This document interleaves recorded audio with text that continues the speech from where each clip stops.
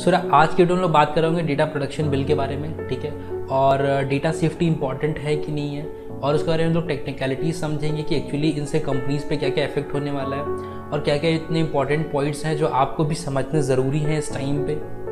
तो स्टार्ट करते हैं विद सम टाइमलाइंस की डेटा प्रोटेक्शन बिल क्या था, ठीक है, किस ईयर में ये आया था और अभी इस पे रिसेंट क्या कन्वर्सेशन चल रही है इन द मार्केट, ठीक है। तो 11 दिसंबर 2019 को ये इंट्रोड्यूस हुआ था लोकसभा में, ठीक है। उसके बाद इसकी रिपोर्ट के लिए इसको बोला गया था, जॉइंट पार्लियामेंट कमेटी को ये सबमिट कर दिया गया था।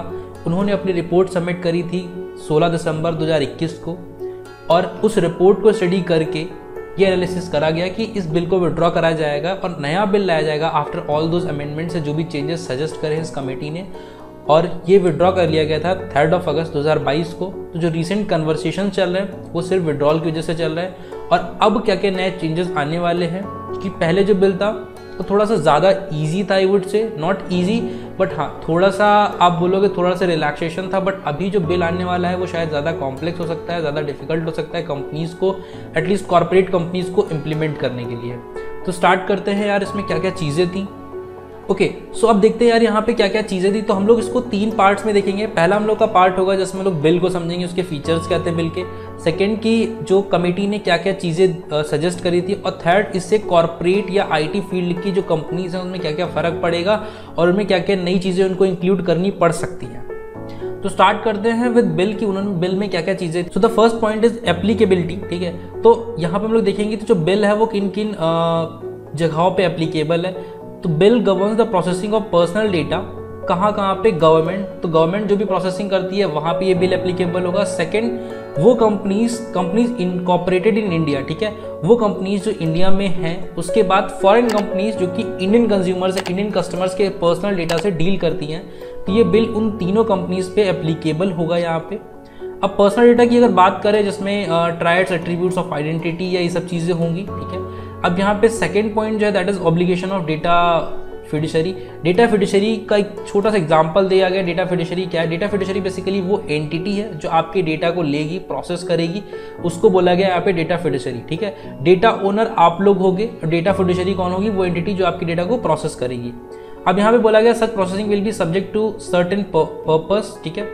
तो जो उन्होंने डेटा लिया है उस पर जो प्रोसेसिंग करी है उसका कुछ पर्पस होना चाहिए, कलेक्शन एंड स्टोरेज लिमिटेशंस होना चाहिए, एंड उसके बाद जो भी डेटा उन्होंने लिया है उस पर कुछ सिक्योरिटी सेफगार्ड्स होने चाहिए। उस जिसका भी डेटा लिया है उसको डेटा सिक्योर होना चाहिए।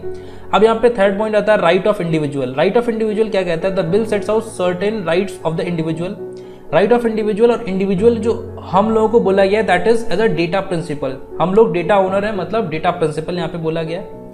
अब बात करते हैं, तो बहुत ही इंपॉर्टेंट बिल है पहले तो यार ये, ठीक है, क्योंकि इससे बहुत सारी चीज़ें आपकी चेंज होने वाली हैं। जो आईटी फील्ड है, कॉर्पोरेट फील्ड की जो कंपनीज है, कॉर्पोरेट कंपनीज हैं, उन पर बहुत ज़्यादा लोड भी आ सकता है। अगर इस बिल को अच्छे से आप समझोगे तो बहुत ही ज़्यादा बेनिफिशियल भी होने वाला है ये। So right of the individual bill क्या कहता है? राइट ऑफ इंडिविजुअल बिल जो है वो डेटा प्रिंसिपल मतलब डेटा ओनर, डेटा इंडिविजुअल के लिए है, ठीक है। अब ये बोलता है कि obtain confirmation from the fiduciary on whether their personal data is been process. तो आपका डेटा जिसके पास भी है आप पूछ सकते हो कि आपका पर्सनल डेटा प्रोसेस हुआ है, क्या क्या चीज़ें हुई हैं। So you should have that right. उसके बाद बात करते हैं ground for processing personal data, ठीक है। Ground for processing personal data क्या बोलता है? This bill allows processing of data by fiduciaries only if the consent is provided by the individual. So ground for processing personal data बोलता है कि अगर customer ने, अगर बंदे ने अपना जो है एक्सेस दिया है, उन्होंने अलाउ किया, उसका कंसेंट है, तभी वो उस डेटा को प्रोसेस कर सकते हैं। बट यहाँ पे कुछ सर्टेन सिचुएशंस बोली गई हैं जहाँ पे पर्सनल डेटा बिना किसी कंसेंट के यूज हो सकता है। तो पहला जो सिचुएशन है दैट इज कि कोई भी स्टेट अगर यूज करना चाहता है for providing the benefit to the individual, तो वो यूज कर सकता है उसका डेटा। कुछ लीगल प्रोसीडिंग्स चल रही हैं उसके लिए, या कुछ मेडिकल इमरजेंसी आ गई है तो वहाँ पे बिना कंसेंट के ये डेटा यूज हो सकता है। अब बात आती है सोशल मीडिया इंटरमीडिएटरीज, ठीक है। तो जो सोशल मीडिया है उनको एज अ इंटरमीडिएटरी यहाँ पे कंसीडर करा है। अभी हम देखेंगे कि जो जेपीसी ने जो बेसिकली सजेशंस दिए हैं वहाँ पे उन्होंने इंटरमीडिएटरी नहीं बोला है, उन्होंने बोला है कंटेंट ओनर बोला है, कंटेंट पब्लिशर बोला है। यहाँ पे ओनर आप हो गए, आपने कंटेंट उनके प्लेटफॉर्म पे डाला, so they are content publisher for them, ठीक है। तो उसको भी हम लोग यहाँ पे समझेंगे। इस बिल में उन्होंने बोला है the bill defines to include intermediaries which enables online interaction between user and allow for sharing information, ठीक है। उनकी बात करिए जो बेसिकली इंटरेक्शंस प्रोवाइड करते हैं। उनको बेसिकली क्या करना पड़ेगा, notify threshold and where whose action can impact electoral democracy और पब्लिक ऑर्डर और certain obligation. User verification mechanism होना चाहिए जो भी इंडिया के यूज़र्स हैं, ठीक है, उनके लिए इनको ये चीज़ इंक्लूड करनी पड़ेगी। फिर सेकंड जो लास्ट जो नेक्स्ट पॉइंट आता है that is data protection authority. ये बिल कहता है कि डेटा प्रोटेक्शन अथॉरिटी एक स्टैब्लिश करनी पड़ेगी, ठीक है। तो इससे क्या होगा, इसमें टाइम टू टाइम जो है चीज़ें देखी जाएंगी, एनालाइज करी जाएंगी, इंप्रूवमेंट्स लाए जाएंगे, ठीक है। तो डेटा प्रोटेक्शन अथॉरिटी के एस्टैब्लिशमेंट की बात करी गई है। ट्रांसफर ऑफ डेटा अगर आप आउटसाइड द इंडिया करना चाह रहा है कोई भी कंपनी या किसी भी कोई सेंसिटिव डेटा है यूजर का, तो उसके लिए पहले यूजर का कंसेंट होना चाहिए कि हाँ we are transferring data outside India. अब बात करी गई है यहाँ पे एग्जाम्पशंस की, तो एग्जाम्पशंस यहाँ पे बोला गया कि सेंट्रल गवर्नमेंट जो है, जो सेंट्रल गवर्नमेंट है वो किसी भी अपनी एजेंसी को एग्जाम कर सकती है इन किसी भी एक्ट से, ठीक है, अंडर सम सिचुएशंस। तो यहाँ पे एग्जाम्पशंस की बात करिए तो इससे क्या होता है, सेंट्रल गवर्नमेंट का काफ़ी सारी पावर आ जाती है इस तरीके से। अगर इस लॉ की बात करें तो वो कुछ भी डेटा आपका यूज़ कर सकती है for any of their purpose, जिस भी चीज़ों के लिए वो जिस भी एजेंसी को वो ये एग्जाम्प्ट कर रहे हैं। यहाँ पे ऑफेंस की बात करते हैं, अगर ऑफेंस जो है बिल जो भी बिल है, बिल में कोई भी रूल फॉलो नहीं होता है तो उन पर ऑफेंस चार्जेस लगेंगे और वो पनिशेबल होगा 15 करोड़ या 4% ऑफ एनुअल टर्नओवर उस कंपनी का, ठीक है, जो भी उनमें से हायर होगा। Failure to conduct a data audit punishable with a fine, अगर आप डेटा ऑडिट वगैरह नहीं कर पाते हो तो उसका, तो यहाँ पे कुछ कुछ ऑफेंसेस उन्होंने एक्सप्लेन कर दिए हैं। देन बात करिए sharing of non personal data with the government, the central government may direct data fiduciaries to provide it with any non personal. तो बोला कि भाई सेंट्रल गवर्नमेंट के पास फिर यहाँ से पावर आ जाएगी कि वो आपका नॉन पर्सनल या एनोनिमस डेटा वो ले सकती है किसी भी फिडरीज से। एमेंड टू अदर लॉज, ठीक है, तो आईटी एक्ट यहाँ 2022 की बात करी है, तो to delete the provisions related to compensation payable by the companies for the failure to protect data personal, ठीक है। तो यहाँ पे बात करी गई आईटी एक्ट 2000, तो अभी तक आईटी एक्ट 2000 ही यहाँ पे था। अब ये बात हो गई है उन लॉज की बेसिकली जो सजेस्ट करे थे, जो लोकसभा में बिल का ड्राफ्ट दिया गया था, ये वो लॉज हैं। अब जेपीसी ज्वाइंट पार्लियामेंट कमेटी उन्होंने अपना रिपोर्ट बनाया, उस रिपोर्ट को उन्होंने दिया है 16 दिसंबर 2021 को, ठीक है। तो अब हम देखते हैं कि उस रिपोर्ट में उन्होंने क्या क्या चीज़ें यहाँ पे बोली हैं। तो अगर रिपोर्ट की हम फाइनल बात करें तो मेनली एक चीज़ बहुत इंपॉर्टेंट है कि यार इंडिया जो है इतना बड़ा डेटा जनरेटर है, ठीक है, इतना ज़्यादा डेटा इंडिया में जनरेट हो रहा है। अगर हम फिगर्स की बात करें तो आप देखोगे 2.5 क्विलियन बाइट्स पर डे डेटा हम लोग जनरेट कर रहे हैं, तो बहुत बड़ा डेटा जनरेटर है। और यहाँ पे बहुत ज़्यादा पर्सनल डेटा, ठीक है, विद इन द कंट्री और आउटसाइड द कंट्री मूव होता है। हम यहाँ पे बात करेंगे 12 रिकमेंडेशंस जो यहाँ पे दी गई हैं। उसमें सबसे पहला जो रिकमेंडेशन है that is extension of implementation period. तो कोई भी चेंजेस अगर लाता है इस रूल में, ठीक है, इस जो भी बिल होगा उसमें कोई भी जो चेंजेस आते हैं, तो कोई भी फिड्यूशरी होगी, कोई भी कंपनी होगी, उसको 24 महीने का टाइम देना चाहिए, ठीक है, टू बेसिकली मेक दो चेंजेस। क्योंकि ऑब्वियसली आप कोई भी जब आईटी बिल वगैरह आते हैं ना, तो बहुत बड़े बड़े चेंजेस होते हैं कंपनीज में। आप अगर लोकल स्टोरेज की बात करोगे, अब यहाँ पे थोड़ा सा हम लोग टेक्निकल में जाएंगे। अगर आप लोकल स्टोरेज की बात करोगे तो आपका डेटा हो सकता है किसी क्लाउड में हो, आपका डेटा AWS में हो, ठीक है, Amazon AWS, ठीक है, हो सकता है चेन्नई सर्वर में हो सकता है इंडिया के सर्वर में ना हो सकता बाहर के आपके सर्वर्स में हो। तो वहाँ पे अगर लोकलाइजेशन की बात करेंगे तो यहाँ पे वो बोल रहे हैं कि इंडियन सर्वर्स में आपका डेटा होना चाहिए। तो उन सब चीज़ों को करने में या किसी भी यूज़र के प्राइवेसी के लिए आपको कुछ चीज़ें देनी पड़ी, आपको अपने प्लेटफॉर्म में कुछ ऐसी चीज़ें इंक्लूड करनी पड़ी विच टेक्स टाइम, ठीक है। तो इसलिए यहाँ पे 24 मंथ्स बोला गया है, आपको देना पड़ेगा। Regulating non personal data under the same legislation, ठीक है। तो यहाँ पे उन्होंने बोला कि नॉन पर्सनल और पर्सनल डेटा को दोनों को सेम ही रूल्स के अंदर अवॉइड करेंगे इन टर्म्स, ठीक है।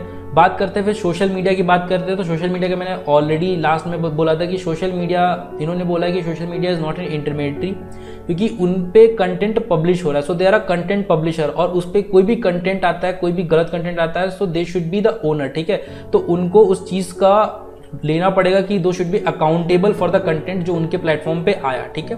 चाहे आप फेसबुक की बात करो, चाहे आप ट्विटर की बात करो, तो दे शुड बी अकाउंटेबल। तो अगर ऐसा आ जाता है तो बहुत ही बड़ी प्रॉब्लम हो सकती है अगर दे शुड बी अकाउंटेबल। तो पहले भी ये लॉज आ चुके हैं, बट हाँ देखते हैं कि इन लॉज में कितना स्ट्रिक्टली फॉलो होता है और कितना अच्छे से इम्प्लीमेंट होते हैं। फिर बात करते हैं डेटा प्रोटेक्शन ऑफिसर। तो हर कंपनी को, हर फिडुशरी को इन्होंने बोला है कि it is important to have a data protection officer जो इंटरेक्ट करेगा, जो भी अपना अथॉरिटी होगी, जो भी data protection authority India establish करेगा, उससे इंटरेक्ट करने के लिए और उन सब चीज़ों को मैनेज करने के लिए विद इन दैट फिडुशरी एक डेटा प्रोटेक्शन ऑफिसर भी उनको अपॉइंट करना पड़ेगा हर कंपनी को। सो अगेन मोर खर्चा। Data localisation and cross border data flow. तो डेटा लोकलाइजेशन का पॉइंट पहले भी बोला गया था कि जितना हो सकेगा डेटा हम लोग लोकलाइज करने का ट्राई करेंगे, ठीक है, जो भी इंडियन सर्वर्स में ट्राई करेंगे, ठीक है, बट उससे थोड़ा सा प्रॉब्लम होगा क्योंकि कंपनीज पे कॉस्ट ज़्यादा लगेगा। जिन्होंने भी यहाँ पे डेटा सेंटर्स लगाए होंगे उनको बाहर भी डेटा रखना पड़ेगा, और इंडिया में भी अगर उन्होंने कॉपी रखने मैंडेटरी कर दिया तो ऑब्वियसली कॉपी रखने में भी उनका जो रिसोर्सेज वेस्ट होंगे, राइट। तो वो एक थोड़ा सा कॉन्स है, वो उनको देखना होगा कि हाँ दोनों को वो बराबर करके चले, जो भी फाइनल लॉ इन्फोर्स करे वो लोग। फिर जो लास्ट पॉइंट इन्होंने यहाँ पे बोला है, बहुत सारे और पॉइंट्स थे तो यहाँ पे हम लोग मेजर की पॉइंट्स की बात कर रहे हैं। सो लास्ट पॉइंट है that is data processing related to children. तो यहाँ पे चिल्ड्रंस की कोई बात नहीं करी गई है, तो उस पर भी कुछ ना कुछ डेटा प्रोसेसिंग या डेटा लॉज उस पर भी लाने पड़ेंगे। तो ये सारे कुछ अमेंडमेंट्स थे, तो इनको करंट में इम्प्लीमेंट करने की वजह से वो पूरा चेंज हो जाता है, इसलिए उन्होंने क्या करा है, इस ड्राफ्ट को कैंसिल ही कर दिया है। अब क्या करेंगे, वो नया बिल लाएंगे।